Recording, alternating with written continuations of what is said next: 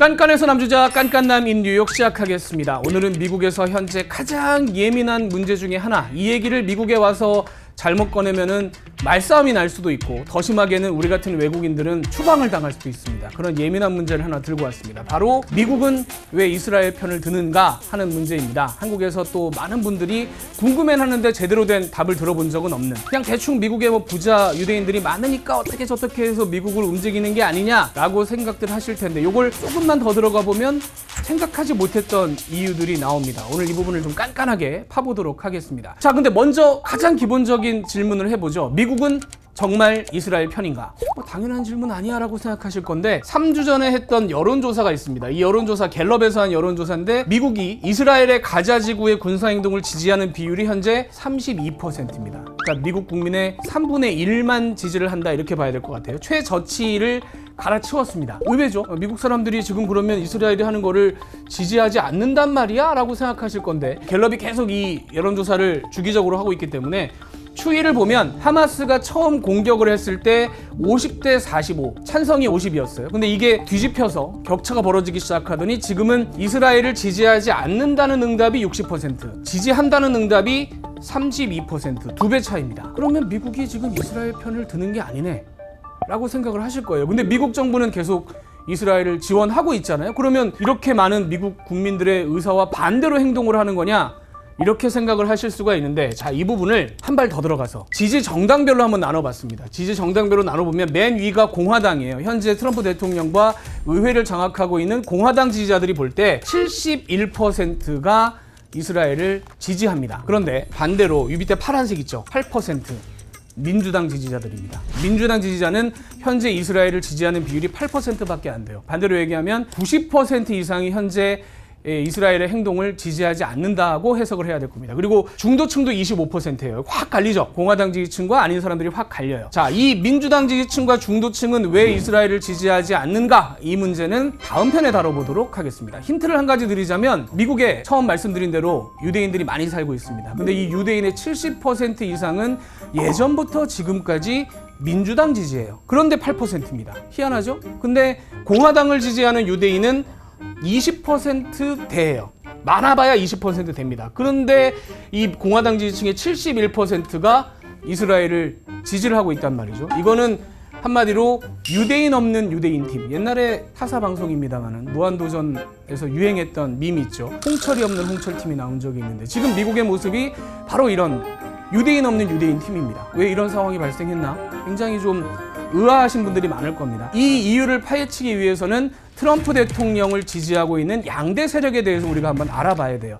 첫 번째 세력은 저희가 뭐 관세 편이나 앱스틴 리포트 편에서 이미 한번 짚어봤던 마가라는 세력입니다. 미국을 다시 위대하게 만들자 라는 지지 세력인데, 이 사람들의 기본적인 개념은 외국 정부와 민주당 부패 세력이 결탁을 해서 우리나라의 부를 외국으로 빼돌리고 있다. 그래서 여러분들이 가난해지고 있다고 주장하는 세력입니다. 그래서 지도로 볼 때는 이 러스트벨트라고 하는 옛날에 제조업이 많이 발달을 했었던, 예를 들면 철강, 자동차 이런 걸 많이 만들고 있던 지역에 있는, 경제적으로 치면 중산층 혹은 그 이하, 교육계층으로 하면 고졸 이하, 이런 사람들이 많이 이 마가 세력에 들어가 있는 거죠. 그래서 이 사람들에게 트럼프 대통령이 내놨던 해답은 중국 때문이다. 여러분들이 중국 때문에 지금 힘들다라고 설득을 해서 이 마가를 끌어들여서 저쪽에 있는 펜실베이니아, 미시간, 일리노이 이런 격전지들을 트럼프 대통령이 가져올 수 있었던 겁니다. 자, 그런데 이 세력은 중국에는 분노를 할지언정 이스라엘에는 별 감정이 없어요. 좋게 말해서 감정이 없는 거고, 나쁘게 말하면 무심합니다. 이스라엘 알게 뭐야?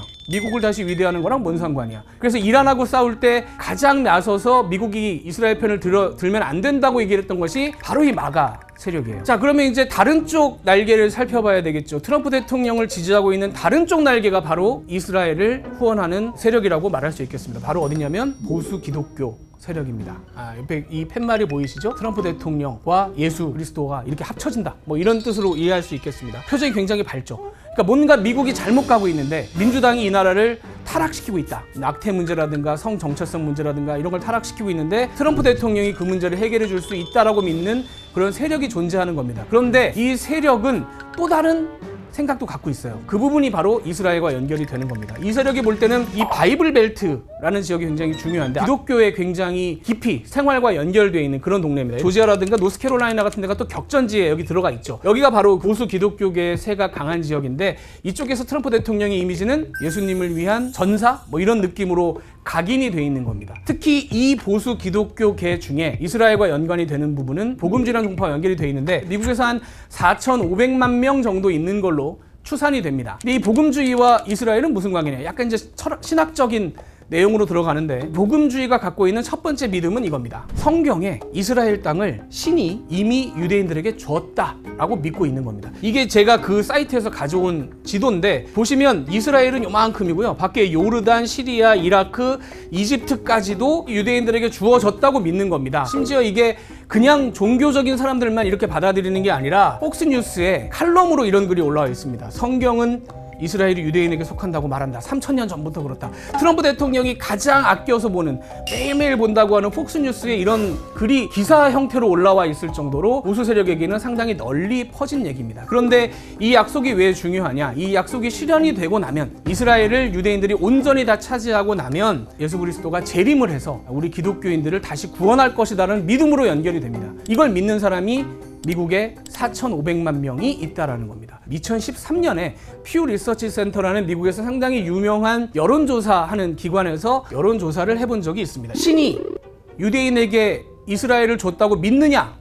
라고 물어봤습니다. 백인 복음주의자들의 82%가 그걸 믿고 있어요. 예수 그리스도가 재림할 걸 믿느냐라는 질문을 던져봤더니 92%입니다. 믿는다고 대답을 해요. 이 4,500만 명 되는 사람들의 절대 다수가 이스라엘 땅은 유대인이 가져가야 하고 그것이 예수 그리스도의 재림과 이 기독교인의 복음에 연결이 된다라고 믿고 있는 거예요. 이게 그러면 정치하고 어떻게 연결이 되느냐? 출구조사 같은 걸 하잖아요. 근데 이 복음주의자들의 80%가 트럼프 대통령을 지지하고 있다는 겁니다. 트럼프 대통령 입장에서는 상당히 중요한 이 격전지를 가져오는데 결정적인 자신의 정치적인 영향력을 미치는데 필수적으로 필요한 사람들이 바로 이 복음주의자 들인 거죠. 원래는 이 복음주의자들이 미국 정치하고 연결이 돼 있지 않았었어요. 이렇게까지 붙어서 간 적이 없었는데 발단은 이 사건입니다. 2015년 당시 네타냐후 총리가 미국에 와요. 그런데 그때 오바마 대통령은 이란과 핵협정을 준비를 하고 있었습니다. 이스라엘 입장에서는 받아들일 수가 없는 나의 적을 이롭게 하는 행위라고 생각을 한 거죠. 그리고 상당히 미국 역사에서 이례적으로 외국 정부의 수반이 의회에 서서 미국 대통령을 공격합니다. Stop threatening to annihilate my country, Israel, the one and only Jewish state.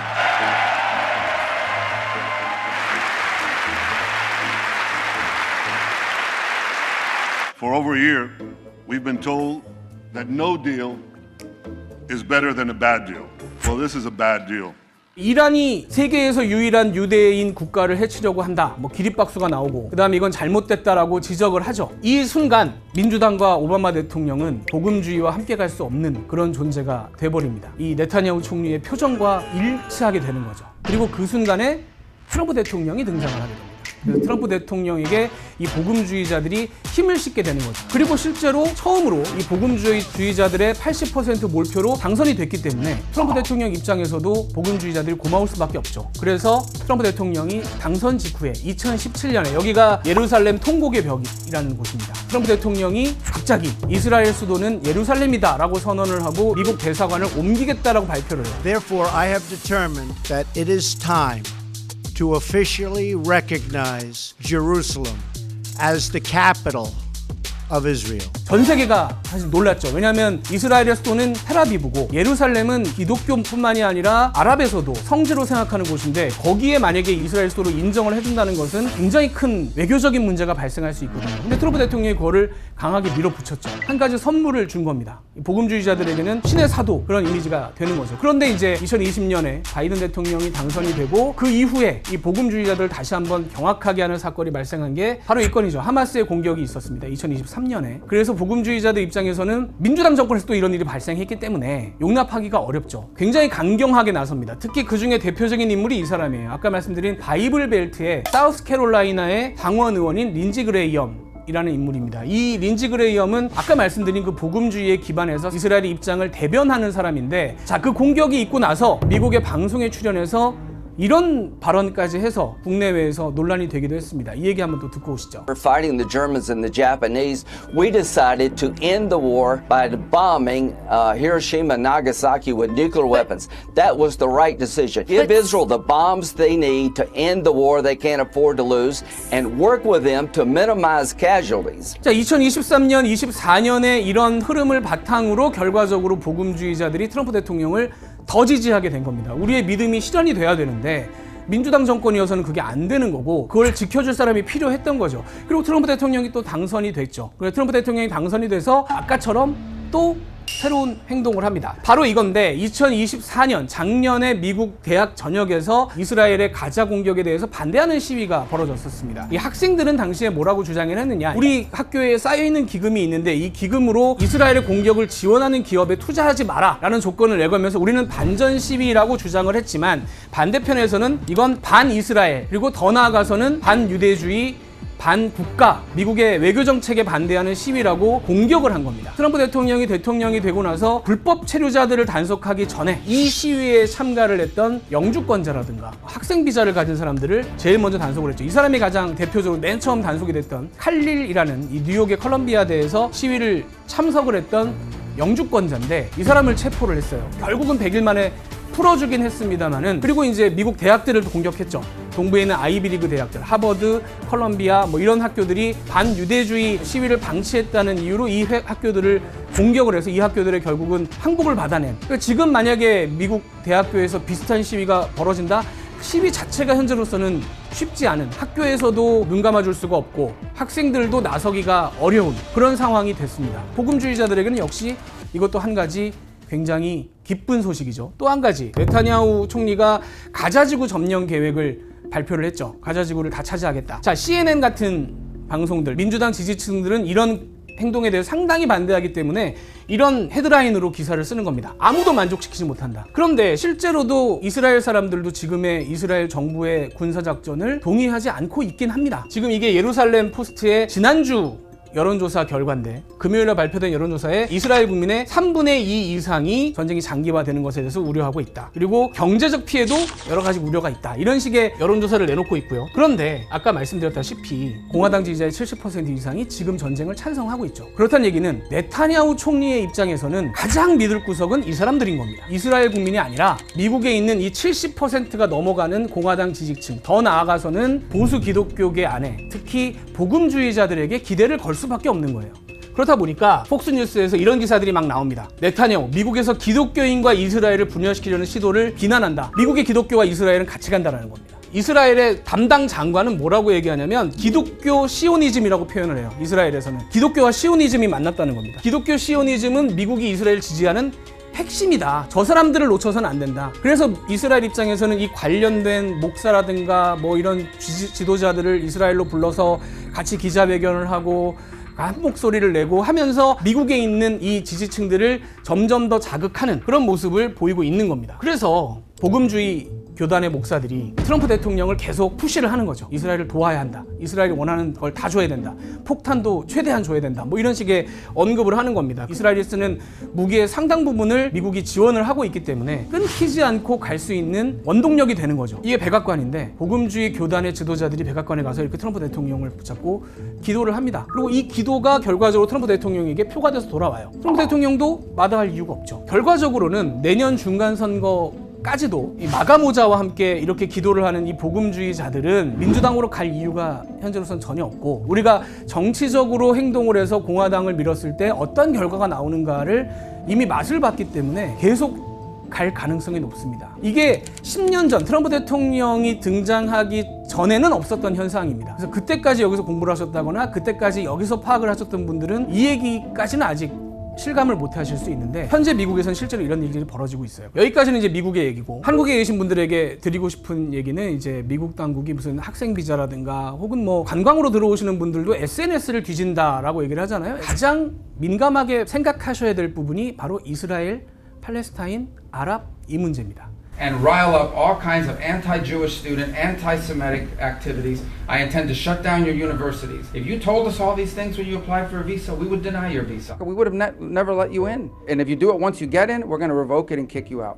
미국 정부가 내세우는 것 중에 반유대주의, 반테러리즘 이 두 개의 이 구호로 외쳐지는 이스라엘 문제는 정말로 예민한 문제입니다. 여러분들이 생각하시는 것 이상으로 그 어떤 주제보다도 예민한 문제예요. 그렇기 때문에 최대한 그런 문제를 피하시는 게 미국에 오실 분들은 필요하다라고 전해드릴 수 있겠습니다. 그럼 과연 미국의 이런 상황이 계속 유지가 될 거냐? 민주당이 만약에 집권을 했다면, 해리스 대통령이었다면 상황이 달라졌겠죠? 민주당은 거기에 맞춰서 또 내부적인 움직임이 돌아가고 있습니다. 이 부분은 다음 편에 다뤄보도록 하겠습니다. 자, 지금까지 시청해주신 여러분 감사합니다.